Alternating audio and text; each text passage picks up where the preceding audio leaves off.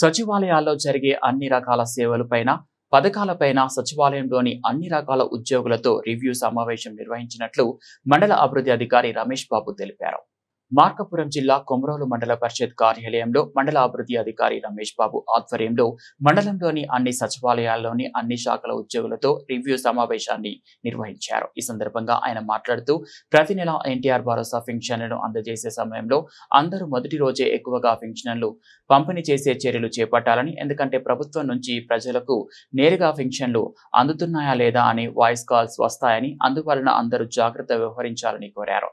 అలాగే సచివాలయాల్లో సమయపాలన పాటిస్తూ విధులు నిర్వహించాలని, ప్రజలకు జవాబుదారీతనంగా ఉండాలని, ప్రజలలో విశ్వాసం పొందాలని కోరారు. ఇంటి పన్నులలో 5% రాయితీ గురించి ప్రజలకు అవగాహన కలిగించాలని, హాజరు నమోదులో కూడా సమయపాలన పాటించాలని కోరారు. అలాగే ఇంటింటి సర్వేలను త్వరగా పూర్తి చేయాలని కోరారు. స్వచ్ఛరథం గురించి, ఇతర అంశాల గురించి క్షుణ్ణంగా వివరించారు. ఈ కార్యక్రమంలో ఉపమండల అభివృద్ధి అధికారి ప్రసాద్ ఇతరులు పాల్గొన్నారు.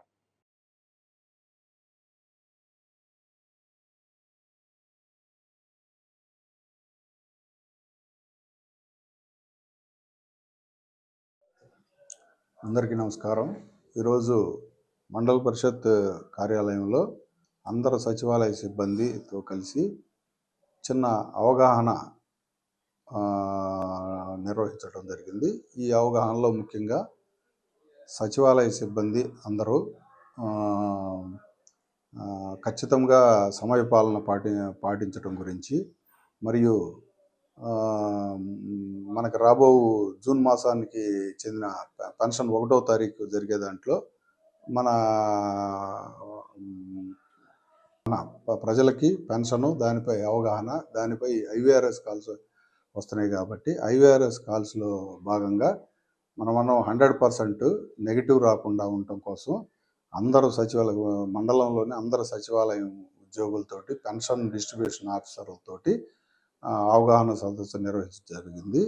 దీంట్లో ముఖ్యంగా ఏంటంటే, దీనిపై ఐవీఆర్ఎస్ కాల్స్ వస్తున్నాయి కాబట్టి మన మండలం 88% ఉంది, పాజిటివ్ ఉంది. దాన్ని 100% పాజిటివ్గా తీసుకెళ్ళడానికి ఏమేమి చర్యలు తీసుకోవాలనేది వాళ్ళకి అవగాహన కల్పించడం జరిగింది.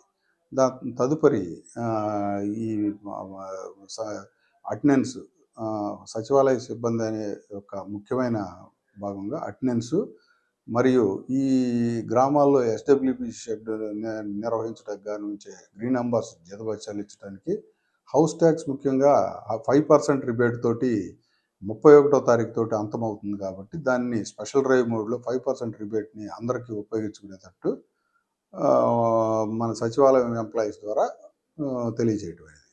దీంతోపాటు డోర్ టు డోర్ కలెక్షను పై ప్రజలకి అవగాహన కల్పించడానికి ఏమేమి చర్యలు తీసుకోవాలి, మరియు స్వచ్ఛ రథం మన గ్రామాల్లో పర్యటిస్తుంది. కాబట్టి స్వచ్ఛ రథం పర్యటించేటప్పుడు పంచాయతీ అభివృద్ధి అధికారి, గ్రీన్ అంబాసిడర్లు కలిసి గ్రామాల్లో పొడి చెత్తని స్వచ్ఛ రథానికి అందజేస్తే దానికి సరిసమానమైన విలువ గల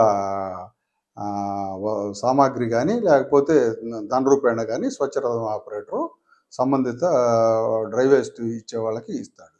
ఇది ఖచ్చితంగా 25 రోజులు అన్ని పంచాయతీల్లో, అన్ని హ్యాబిటేషన్లో తిరిగేటట్టు చేయాలా. దానికి చేయాలి అంటే ఆపరేటర్ తోటి ముందుగా, ఆపరేటర్ వచ్చే దినం ముందుగానే తెలియజేస్తాం. షెడ్యూల్ ప్రతి నెల ముందస్తుగా షెడ్యూల్ ఇస్తాం.